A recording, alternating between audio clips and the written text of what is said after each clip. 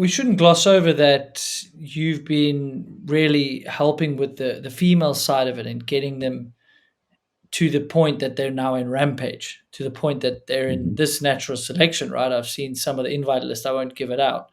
You're going to announce Hmm. that probably before this airs, but we can Yeah. talk about the women. You've got Robin Gooms. She was on the trip with you guys, right? Casey Hmm. Brown. All these ladies have been instrumental, and you have helped them sort of come to some of these events. Like someone like Casey was at the first proving grounds, I think, or at least Hmm. one of Yeah. them quite early on. Yeah. She was the first one. She was actually a huge inspiration for proving grounds even to happen, to tell you the truth. And I don't think very many people know that, and there was an article in Outside Magazine talked about,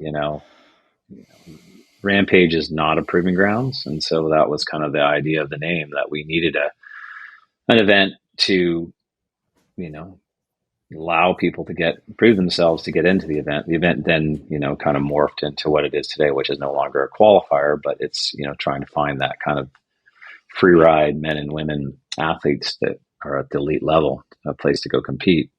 But as far as the women, yeah, I mean, it's been a long journey, and I think there's been some misconception of like why Rampage didn't let women in when they did, and and I always tell people I've got two daughters, and I'm a proud dad of two daughters, and I always want them to have success and equity, and so from the get go, it's always been super important to me to find that equity. And Rampage was very male dominated, kind of a male dominated sport for many years, honestly.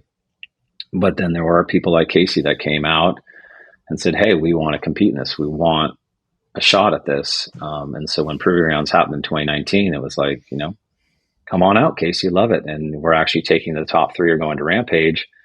And I told her, if you get in the top three, you have proved yourself, you will be invited to Rampage. And I promised her she would have been, it would have been interesting if she had been on top three, then what would have happened at Rampage, I think would have been a wild scenario, but it didn't happen, and it took a few years, and then COVID happened, and things kind of got put on hold a little bit. But when we came back in 2021, it was, I wanted a place for the women to come and have equal chance at it, and it took a while to get that course right and get them right, but that was, it needed to start that way. We needed to invite women to allow them an opportunity to compete.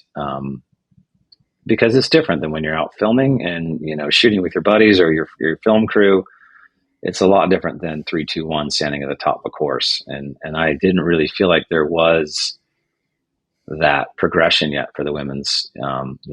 Formation was going on, and Katie Holden was instrumental in that, and again, I helped kind of on the production side of that, and it was just that was the great seed that kind of sprung the realization that we could have the women at formation, seeing them ride. And I was blown away every year by the riding level.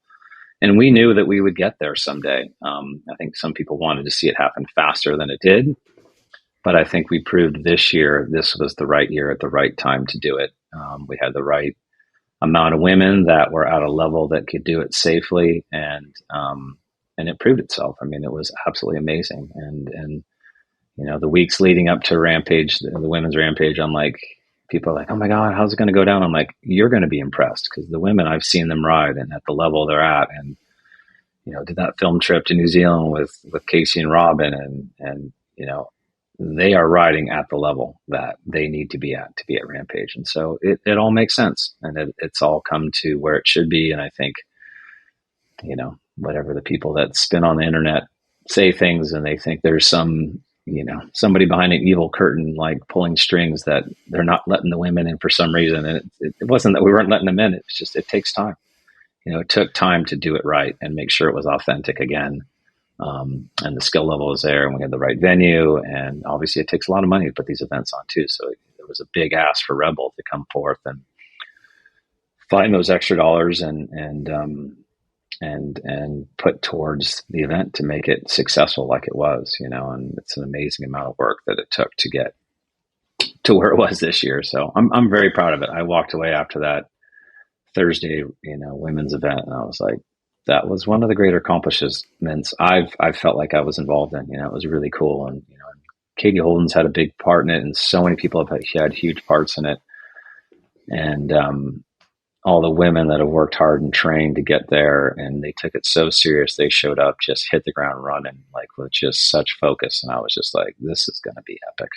And sure enough, it was. So it was cool. I was very, very, very proud to be part of it and see it go down and the way it went down. And, how everybody really got a lot of texts from people, like, even people that I kind of loosely knew at the time, or I still know, but they're like, my daughter watched it and she she wants to go ride bikes every day now. And it's like, so it's going to have a ripple effect across the sport, forever, showing that women can do it at that level, and they did it and they stomped it. So it's going to have a ripple effect, I think, and not only in mountain biking, but just in sport in general. I think it really showed, how tough and focused they were. So it's exciting.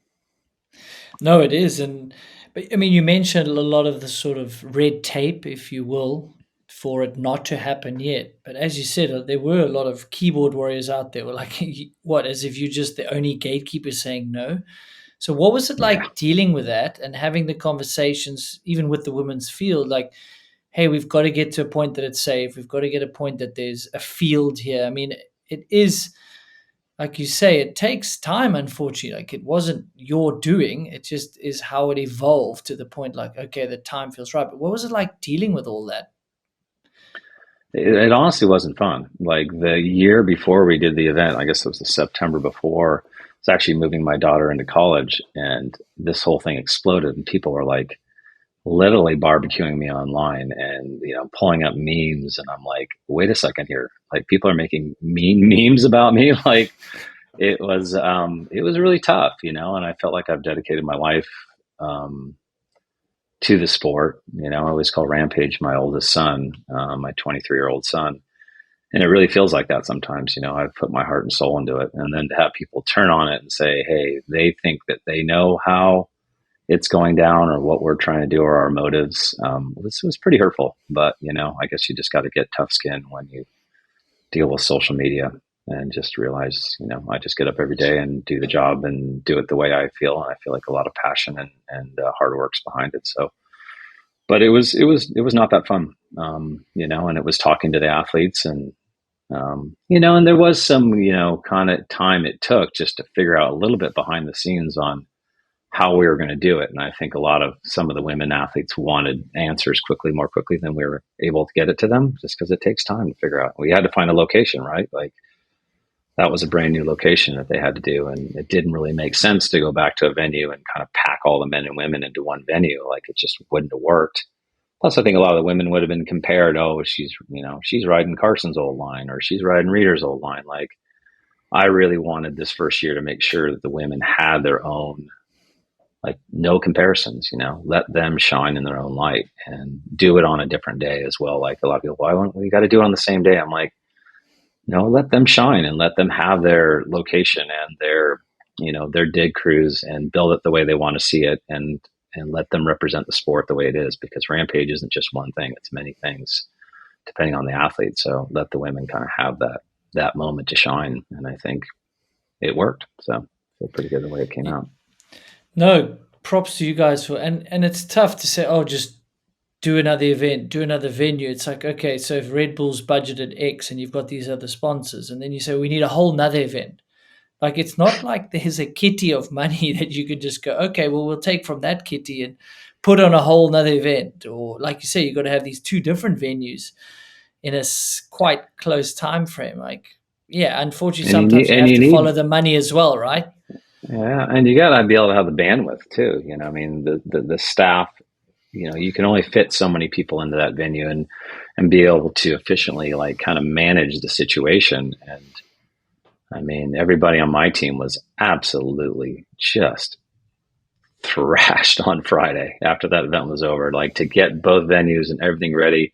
And then that event happened on Thursday, which was this huge success. And then everybody, all the women are done. And then it's like, we got to shift over and put on now a men's Rampage. And that was Friday, and all the cameras and everybody in production had to just, basically move over, and everywhere from like the base area where we have ticketing in front of house, like, you got to reset all that and you got to reset everything. And then, people were showing up Saturday morning ready to go for the men's event. So I mean, come Sunday, we were just absolutely just knackered. I mean, it took me like, I think I pretty much sat and stared at a wall for about 3 weeks after the event. I was just like, Shame. Yeah, and you're not exactly sleeping 8 hours a night, are you?